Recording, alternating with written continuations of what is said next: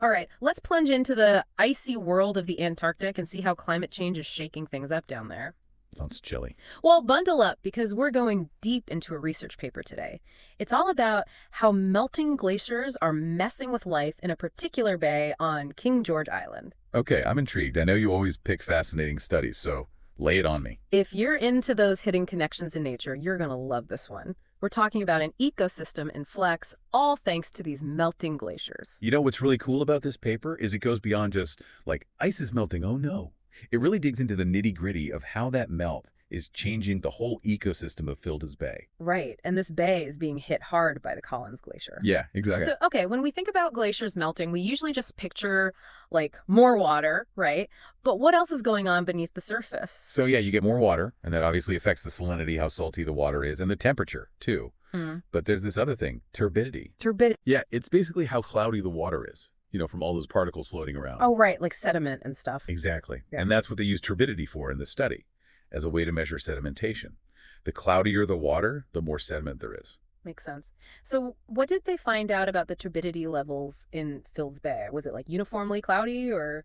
Not quite. They found this gradient of turbidity. The closer you got to the glacier, the cloudier the water. Oh, interesting. So it's like this gradual change. Yeah, and that gradient is super important because it's directly linked to the diversity of life in the bay. Okay, now we're getting to the good stuff. I was blown away by the sheer number of species they found in this study. Over 100 different invertebrates, like the little critters that keep the ecosystem ticking, and 19 types of seaweed. Right, those are the primary producers, like the plants of the sea. Exactly. It's like a bustling underwater city. But how did they make sense of all that data with so many species to consider? Well, they use two main measures. One is species richness, which is just a fancy way of saying how many different species there are. Okay, that's pretty straightforward. Yeah, and then they also use something called the Shannon's Diversity Index, which gets a little more nuanced. It takes into account both the number of species and how evenly distributed they are. Ah, so it's not just about how many different types of critters are there, but also about how balanced the representation is. You got it. Like, imagine you have a forest with 100 trees, but they're all the same species. That's low diversity. Right, like a monoculture. Exactly. Right. But if you have a forest with 100 trees and like 50 different species, then that's high diversity. More variety is generally a good thing. Makes sense. More resilient, too, probably. So back to Fildes Bay, what did they find when they crunched those numbers? Well, the big takeaway was that both species richness and diversity were lower the closer you got to the glacier, especially in those shallower parts. Okay, yeah, that makes sense, right? More sediment, fewer species. But the study also talked about differences in temperature and salinity near the glacier. Did they find that those differences were significant enough to, like, really mess with the organisms? That's a good question. And the paper suggests that while there were some differences, they probably weren't big enough to cause major problems for the organisms living there. You see, many species have a certain tolerance range for things like temperature and salinity. Like, some people can handle super spicy food, while others prefer milder flavors. Exactly. And in this case, those shifts in salinity and temperature near the glacier were probably still within the comfort zone for most of the species hanging out there. So it seems like sedimentation is the real troublemaker here. Can you break it down for us? How does all that sediment from the melting glacier impact the ecosystem? Well, the paper highlights three main ways. First, all that sediment reduces the amount of rocky substrate available. That's a fancy way of saying there are fewer rocks for things to attach to. Ah, so less real estate for those creatures that need a solid foundation. Exactly. A lot of species, like seaweed and invertebrates, need those rocky surfaces to anchor themselves. Right, they need something sturdy to hold on to. Imagine trying to build a house on, like, a foundation of sand. It's not going to No. be very stable. Makes sense. So that's one way sedimentation messes things up. Habitat squeeze? What about the other two? The second one is a bit yucky to think about. All that sediment can really harm filter-feeding animals. Oh, right, like clams and stuff. Yeah, think about trying to eat your dinner with a mouthful of sand. How very appetizing. Not at all. It can clog up their feeding mechanisms, which makes it harder to eat, and the quality of their food goes down because it's all mixed with sediment. Plus, the sediment often carries pollutants and metals that have accumulated over time. Wow, that's a triple threat for these filter feeders. Okay, what's the third way sedimentation throws a wrench in the works? Well, all those particles floating in the water block sunlight. That means less light can penetrate down to different depths. Ah, so it's like a shade being pulled down over the ecosystem. Exactly. And that's a big deal for seaweed because they need sunlight for photosynthesis, just like plants on land. Right, they need that energy from the sun to survive. The deeper you go, the less light there is naturally. And if you add a ton of sediment to the mix, even less light gets through to those deeper areas, which messes with the seaweed species that live down there. Got it. So I've got less available habitat, a feeding nightmare for filter feeders, and a light shortage for seaweed. Sedimentation really is a game changer in this ecosystem. But there was something in the paper that I found a bit puzzling.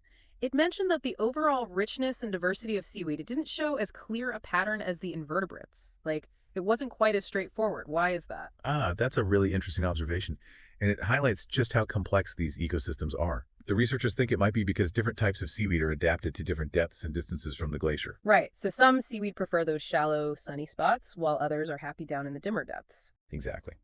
So while sedimentation might be impacting some seaweed negatively, others might not even notice it. Or they might actually benefit because there's less competition from the species that can't handle the sediment. That's like the classic example of pioneer species, Yeah, right? yeah. The tough ones that thrive in disturbed environments, like after a forest fire or a volcanic eruption, and apparently near melting glaciers. You got it. Yeah. And the study actually mentions a specific seaweed species, Palmaria decipiens, that seems to be doing really well in those shallow, sediment-heavy areas near the glacier. So it's like a changing of the guard. As the glacier melts and conditions change, some species retreat while others seize the opportunity and flourish in the new environment. It's fascinating, really. Yeah. And what's even more interesting is that the paper acknowledges that there could be other factors at play here, things that weren't specifically measured in the study. Right, like we can't always capture every single variable in an ecosystem. Absolutely.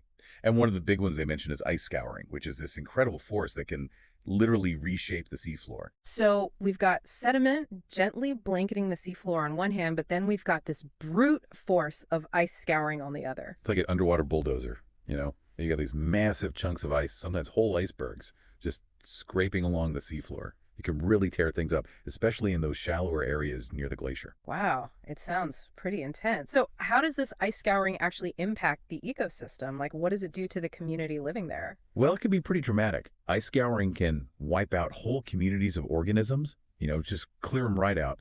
It basically creates a blank slate for new species to move in and colonize. So it's like a reset button almost. Yeah, exactly. It's this powerful force of disturbance that can totally transform the seafloor and the species that live there. It's incredible how these different forces, like sedimentation and ice scouring, are shaping the ecosystem in such different ways. It's like a constant push and pull. Absolutely. Yeah. And it's not just about the type of force, but also where it's happening. This study looked at how those impacts varied at different depths. Right, they sampled it like 5, 10, and 20 meters, right? Yeah, exactly. And they found that the effects of glacier melt, especially that sedimentation we talked about, weren't the same across all those depths. Okay, that makes sense. Like, I'd imagine the deeper you go, the less impact the sediment has. Right. It's like the heavier particles settle out first, so the water gets clearer as you go deeper, less turbid. Right, less turbid. So wouldn't that be good news for the seaweed, at least in those deeper areas? Like, more light can reach them if there's less sediment? Well, it's not quite that simple. Remember, different seaweed species are adapted to different conditions. Right, some like it bright, some like it dim. Exactly. So even if there's less sediment at those depths, the changes in light conditions could still impact those deep-dwelling seaweed species. Ah, I see what you mean. But wouldn't the deeper waters be colder too? Like, how do those deep-dwelling seaweed species cope with the temperature changes from the glacier melt? That's a good point. But remember, those temperature swings from the melting glacier are usually more pronounced in the shallower areas. Oh, right, because the deeper water is more stable. Exactly. Deeper water is less affected by those rapid temperature shifts. So for those seaweed species hanging out in the depths, light might be more of a concern than temperature. So it's like a trade-off, less sediment, but potentially less light. What about the animals, the invertebrates? Did depth play a role in their distribution as well? Oh, absolutely. The study actually found that depth was a more important factor for the invertebrate community than how far they were from the glacier. Interesting. Why is that? Well, many invertebrates really depend on that rocky substrate, those rocks, to attach themselves. All right, we talked about that. And, all that sedimentation can bury those rocky areas, making them basically uninhabitable. So even if an invertebrate could handle the lower salinity or the colder temperatures near the glacier, it might not survive if its home is buried under a pile of sediment. Exactly. It's a great reminder that habitat loss can be just as damaging as the physiological stress from those changing conditions. Absolutely. Did the researchers just focus on individual species, or did they also look at how these changes are impacting the whole community structure, like the bigger picture? They looked at that too. They used some fancy statistical analysis to figure out which species were most characteristic of the different zones based on both depth and distance from the glacier. Oh, cool. So like creating a map of who lives where, what did that analysis reveal? Were there any clear patterns in how the community structure changed across those gradients?